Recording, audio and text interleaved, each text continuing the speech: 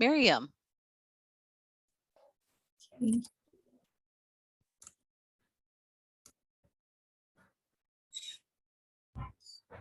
Okay, so can you see my screen?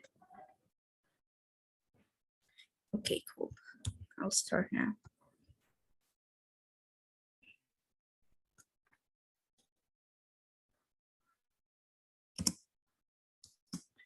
Hello everyone, my name is Mariem Mohamed. I'm from Alexandria, Egypt, and I'm studying in Alexandria STEM School.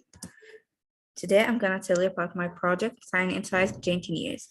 So first of all, when we are thinking about things that are able to carry a lot of weight and things that are maybe double or even more than its own weight, what do you think of? I think it would be ants. So ants have a great ability of carrying things. So some types of ants can actually carry up to 500 times its own weight, which is fully impressive.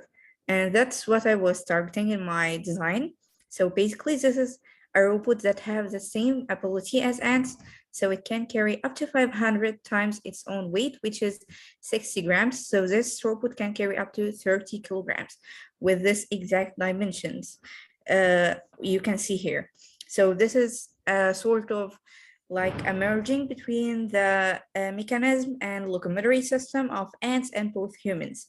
So we can see here in this place, there is a sort of connection between an inner skeleton and exoskeleton. So we are using here a special treated material. So we use silicon and aluminum, but we are using a special treatment called HCRL. So it's high temperature, compression, rarefaction, low temperature.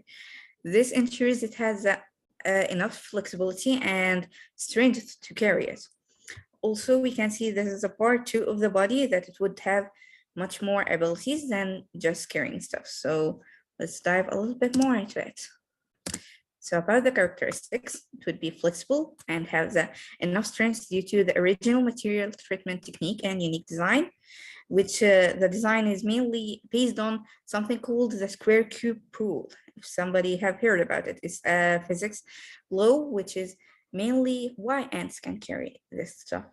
It has problem solving abilities due to some AI abilities, high quality computer vision system to be able to deal with security stuff and things like that, and also to see and scan its own environment, multi-layered security system, multiple ways of communication and controlling.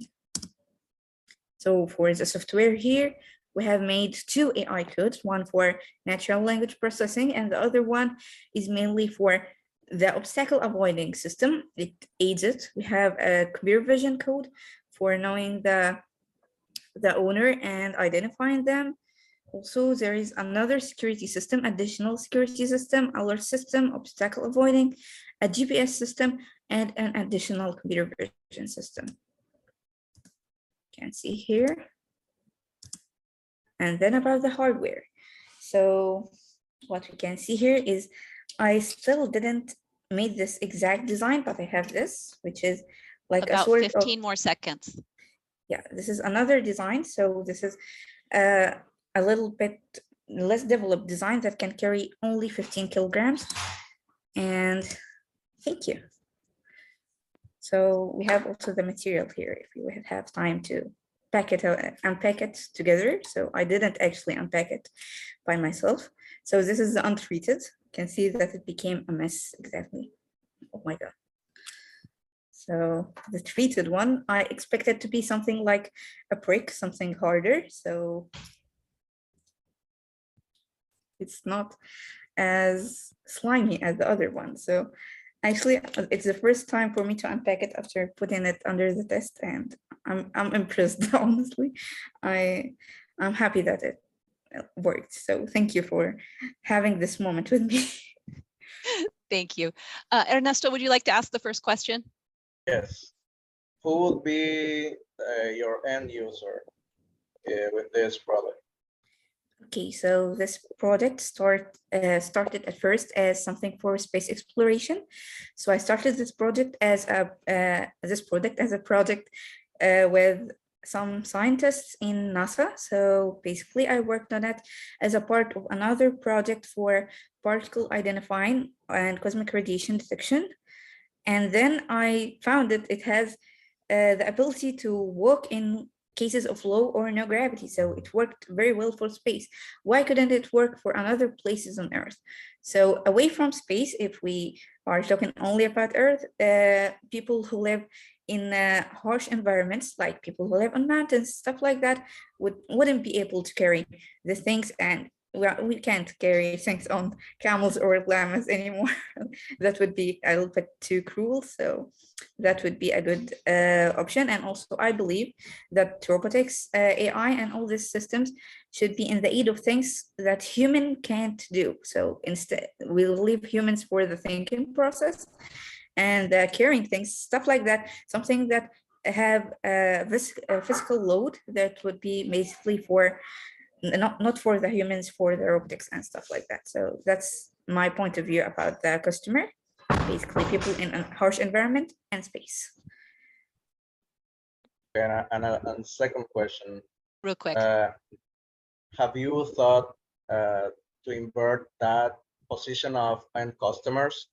First, as Bill said earlier, small task here in the planet, nearby you, in your house, small task that robot can help you in your house.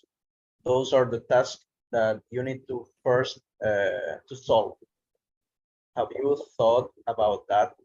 And then thinking about space, material or displacement or heavy loads that robot can do.